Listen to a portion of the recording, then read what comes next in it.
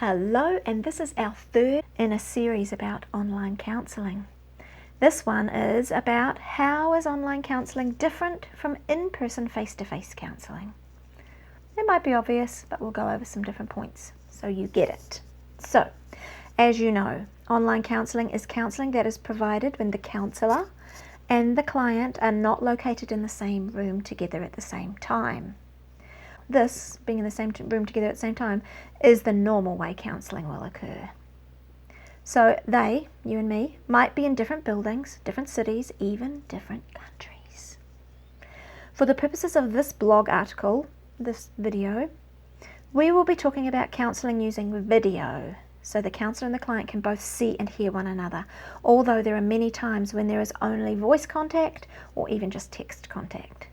It's my personal preference that we use video so I can see and hear you, including a lot of non-verbal communication, tone of voice, pauses, intonation, as well as facial expressions. That was probably really embarrassing, I'm sorry.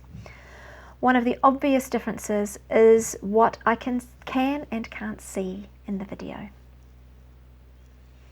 I can see your face, just like if we were in person. I can see if you're crying, just like we are if we're in person. I can see if you're caught up in thinking, just like I would if we were in person.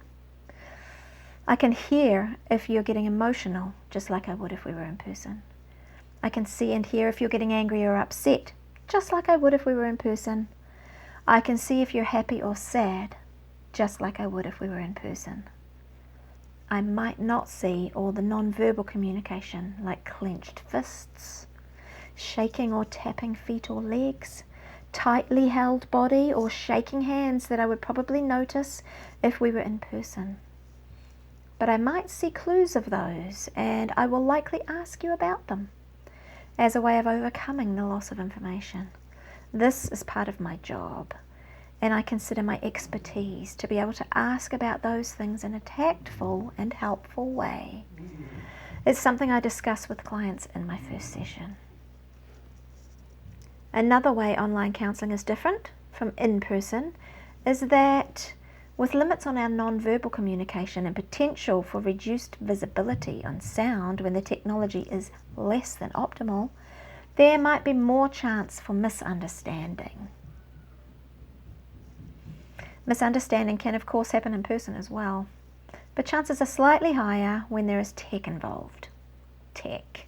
This is also something I discuss in our first session. I invite clients to bring up any concerns in this area, and I warn them that I might ask more pointed and direct questions to be sure we're on the same page that I maybe wouldn't need to ask if we were in person.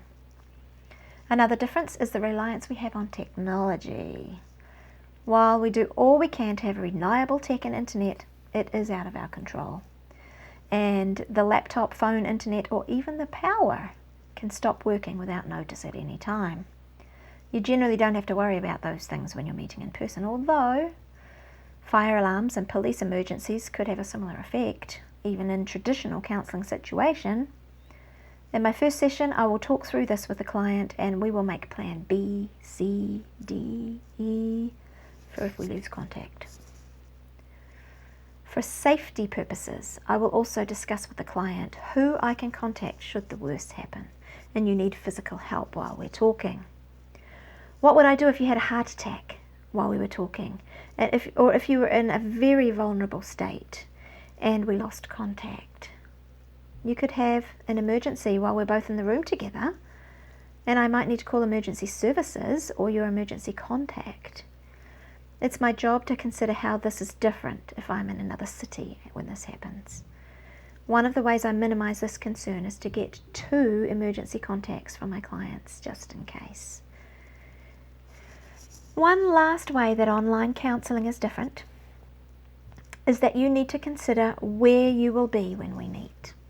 If we meet in person, it's my job to make sure we have a comfortable, private place where we won't be interrupted or overheard.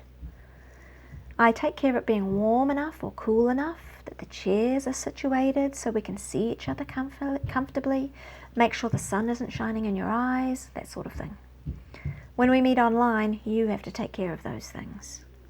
We can negotiate the position of your device. Higher, lower, left, right. Can I see all your face or just your eyes?